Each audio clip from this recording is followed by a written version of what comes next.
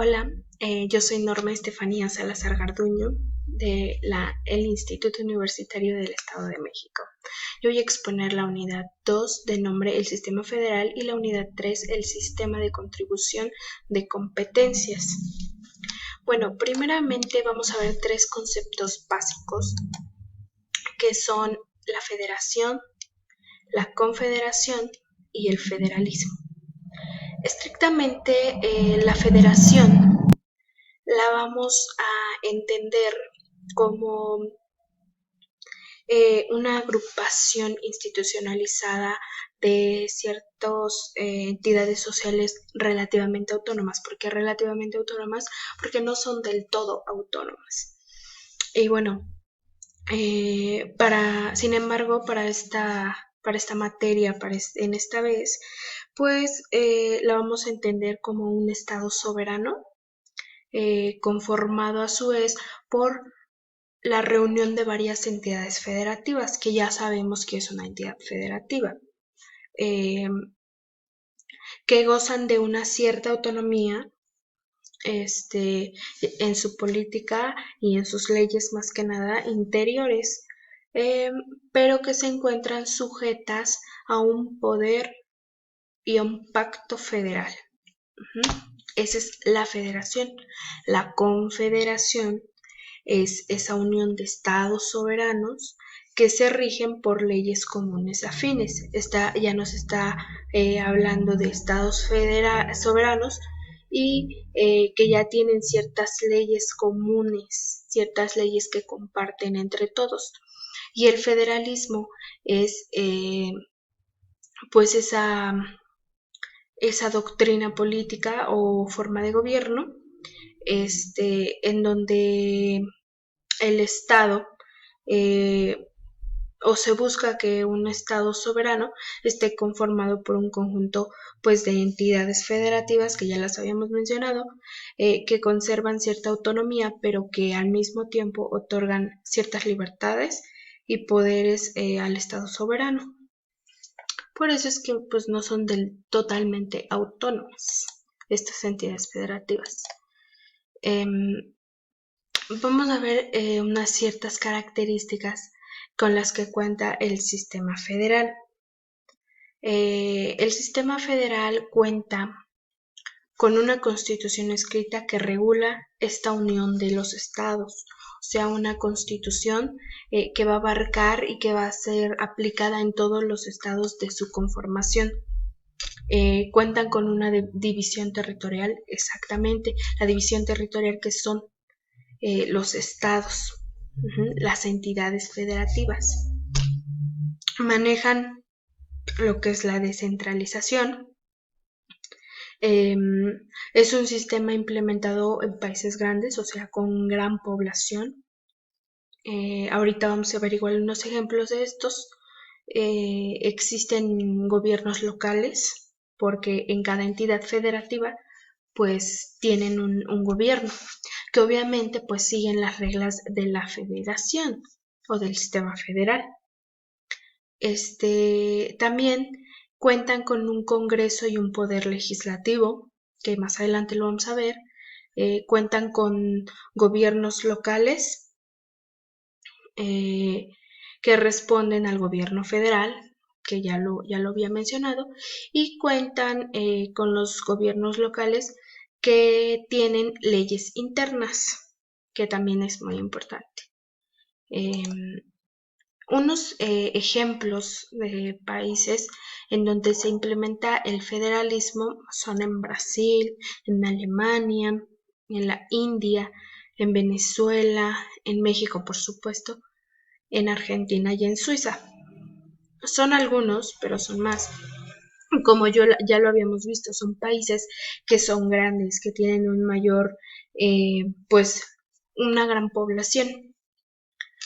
Después a analizar el federalismo en los Estados Unidos de América. Ok, es una historia pues un poco más detallada de lo que fue el federalismo o de lo que es el federalismo en los Estados Unidos de América. Cabe destacar que es el primer país con este sistema federal. Madison, Hamilton, High Ellos en 1987 y en 1988, que son los líderes de esta época, promovían un fuerte gobierno nacional. En ese entonces, pues el federalismo era algo pues muy poco común, tanto en la teoría como en la práctica, o sea, no se llevaba a cabo, era muy poco común, y fue en la creación de la convención que redactó la Constitución americana. Este federalismo en los Estados Unidos es el modelo a seguir para un sistema federal. Y el origen obviamente se da en este país, en los Estados Unidos de América. Después de lo que son las 13 colonias, nosotros surgimos, en México surgimos antes de las conquistas con un sistema centralista. Las 13 colonias eran pues muy independientes, finalmente las colonias se unieron para esta guerra contra Inglaterra, y así buscar una independización y crear un estado nuevo. De aquí pues surge el regionalismo y se da con el Congreso de Albán. Existe un presidente y un consejo elegido pues cada 3 años, porque ya tenían pues ese sistema. Se unieron los estados y de ahí se forman los Estados Unidos de América, de ahí el nombre. Pero bueno, como lo digo, estos orígenes del federalismo se dan con el Congreso Continental de Finlandia, con John Adams, James Wilson y Thomas Jefferson, pero pues no se llegó a nada y se genera otro Congreso Continental el 10 de mayo de 1775 y se da un método típico para la elaboración de constituciones. De ahí también vienen lo que son las constituciones. Su estructura que tiene este federalismo es que tiene una Cámara de Representantes, que son los que pues representan a la nación. El Senado también tiene un Senado que representa a los estados o a las entidades federativas y un titular del Poder Ejecutivo Nacional, que es el presidente. Ahora vamos al federalismo en México. El federalismo en México fue adoptado por primera vez en México en la Constitución de 1824, en su artículo 4. Entre 1835 y 1836, de los enfrentamientos que se dan entre los federalistas y entre los centralistas, se impusieron los centralistas y crearon las 7 leyes y establecieron el supremo poder conservador. En 1847, debido a esta guerra que existía contra los Estados Unidos, el país volvió a adoptar este sistema federal. Y la Constitución de 1857 mantuvo este gobierno federalista. En la Constitución que ahora nos rige, que es la Constitución de 1917, el federalismo se reconoce como nuestra forma de gobierno.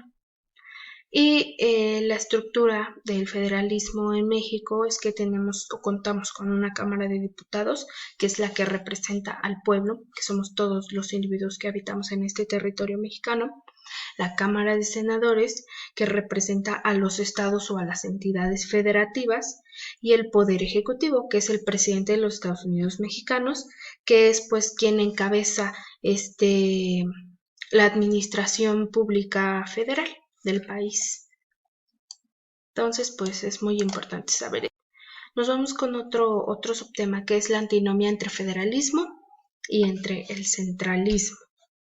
Pues bueno, el federalismo en este cuadrito vemos que viene del latín fodeus, que significa pacto o alianza. Esta es una doctrina política o una forma de gobierno que busca que un estado soberano, o sea, una nación, esté conformado por un conjunto de entidades federativas, que conservan una cierta autonomía, no totalmente autónomas, pero que al mismo tiempo pues delegan ciertas libertades y ciertos poderes al Estado soberano. Mientras que el centralismo es este sistema de organización estatal cuyas decisiones de gobierno son únicas y emanan de un mismo centro, o sea, es exclusivas pues. El federalismo, el poder se encuentra dividido entre federal y estatal. Y en el centralismo solo hay una autoridad que acapara todo el poder. Entonces aquí se ve esta gran diferencia entre estos dos. En el federalismo, cada entidad federativa cuenta con órganos de gobierno, y en el centralismo no existen organismos especiales que rijan pues estos terrenos. En el federalismo existe esta igualdad de condiciones para todos pues los estados miembros de la federación, o sea, para todos las entidades federativas. Mientras que en el centralismo está la subordinación de la minoría a la mayoría.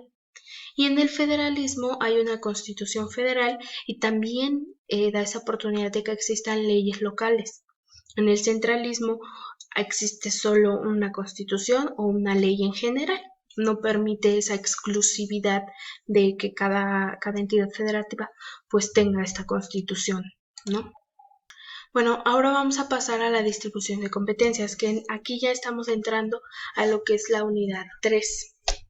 Esta distribución de competencias, pues básicamente es un aspecto inherente del Estado que nos permite entender la fuerza que tiene este Estado federal.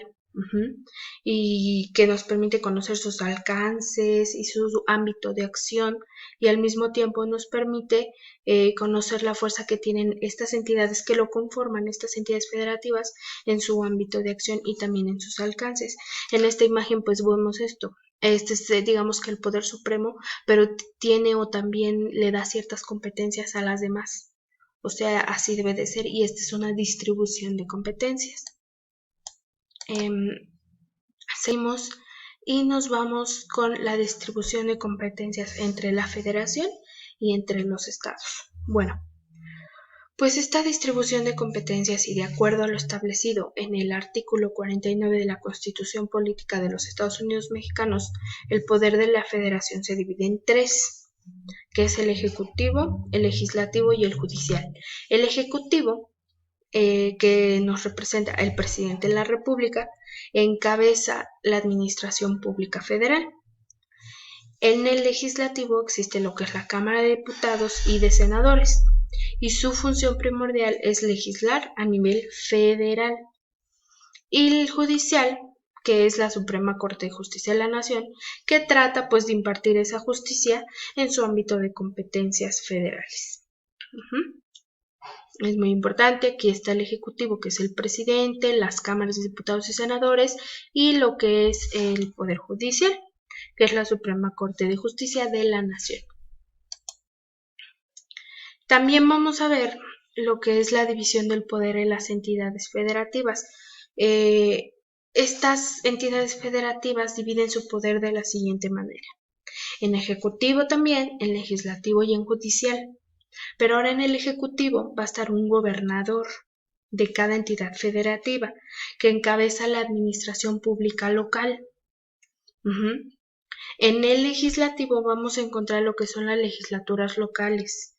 Su principal función es legislar sobre temas, pero ya en un ámbito de competencia local, ya no federal. Y el judicial, que lo presenta el Tribunal Superior de Justicia, y su función es impartir justicia, pero ahora en el ámbito de competencia local, no federal. Ok, vamos a parar en esta diapositiva porque se termina el tiempo y entonces vamos a hacer una segunda parte. Recuerden que aquí ya estamos incluyendo la unidad 2 y la unidad 3 porque van muy de la mano. Ok, entonces pasamos al parte 2.